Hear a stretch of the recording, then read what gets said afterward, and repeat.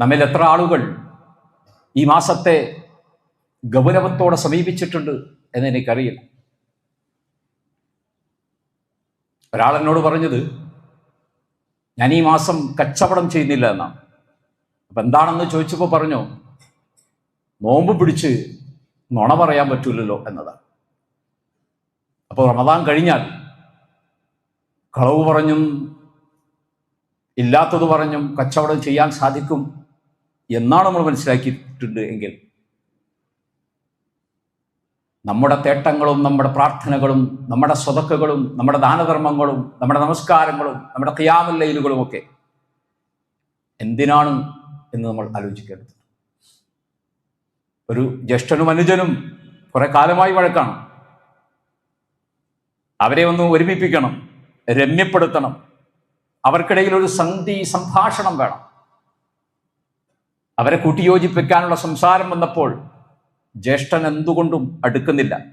എന്തും പറഞ്ഞാൽ ഞാൻ കേൾക്കാം, എന്തും ഞാൻ ചെയ്യാം, പക്ഷേ അനുജനുമായി ഇവനുമായിട്ടുള്ളൊരു സമാഗമം ഞാൻ ആഗ്രഹിക്കുന്നില്ല. അത് ശരിയാവൂല. അവനോട് പറഞ്ഞത്, അല്ലാഹുമ്മ ഇന്നക അഫൂൻ തുഹിബ്ബുൽ അഫ്വ ഫഅഫു അന്നി എന്ന് നീ പ്രാർത്ഥിക്കുന്നുണ്ട് എങ്കിൽ, അല്ലാഹുവേ നീ അഫ്വ് ചെയ്യുന്നതിന് ഇഷ്ടപ്പെടുന്നവനാണ്, നീ മാപ്പാക്കുന്നവനാണ്, നീ വിട്ടുവീഴ്ച ചെയ്യുന്നവനാണ്. തുഹിബ്ബുൽ അഫ്വ, നിനക്ക് അങ്ങനെ ചെയ്യുന്നത് വലിയ ഇഷ്ടമാണ്. അതുകൊണ്ട് ഫഅഫു അന്നി, എനിക്ക് പൊറുക്കണം, എന്നോട് വിട്ടുവീഴ്ച ചെയ്യണം, എന്നോട് മാപ്പാക്കണം എന്ന് ഇനി നിങ്ങൾ പ്രാർത്ഥിക്കുക. അത് അല്ലാഹുവിനോടുള്ള കാപട്യമാണ്, അത് അല്ലാഹുവിനോടുള്ള വഞ്ചനയാണ്, അത് അല്ലാഹുവിനോടുള്ള കളവാണ്, അത് അല്ലാഹുവിനോടുള്ള നിഫാക്കാണ്.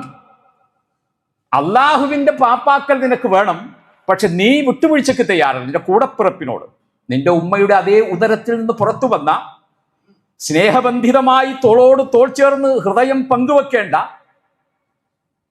നിന്റെ അനുജനോട്, ജ്യേഷ്ഠനോട് നിനക്ക് മാപ്പാക്കാൻ കഴിയുന്നില്ലെങ്കിൽ, എൻ്റെ പ്രിയപ്പെട്ടവരെ, നമുക്കുമുണ്ട് ഇതുപോലുള്ള ബന്ധങ്ങൾ, നമുക്കുണ്ട് ഇതുപോലുള്ള രക്തബന്ധങ്ങൾ, അടുത്ത ബന്ധങ്ങൾ. ഒരു മടിയും കൂടാതെ, അടുക്കാൻ കൂട്ടാക്കാതെ ശാഠ്യം പിടിച്ചിരിക്കുന്നവരാണ് ഈ റമദാനിന്റെ അവസാനത്തെ നാളുകളിലെങ്കിൽ, ഞാൻ നിങ്ങളോട് പറയുന്നു, നിങ്ങളുടെ ഈ പ്രാർത്ഥനകൾക്ക് യാതൊരു അർത്ഥവുമില്ല. മഹദിയായ ആയിഷ ബീവിയോട് അല്ലാഹുവിന്റെ റസൂൽ ഉപദേശിച്ച പ്രാർത്ഥനയാണ് ഈ റമദാനിന്റെ പുണ്യം കിട്ടുന്ന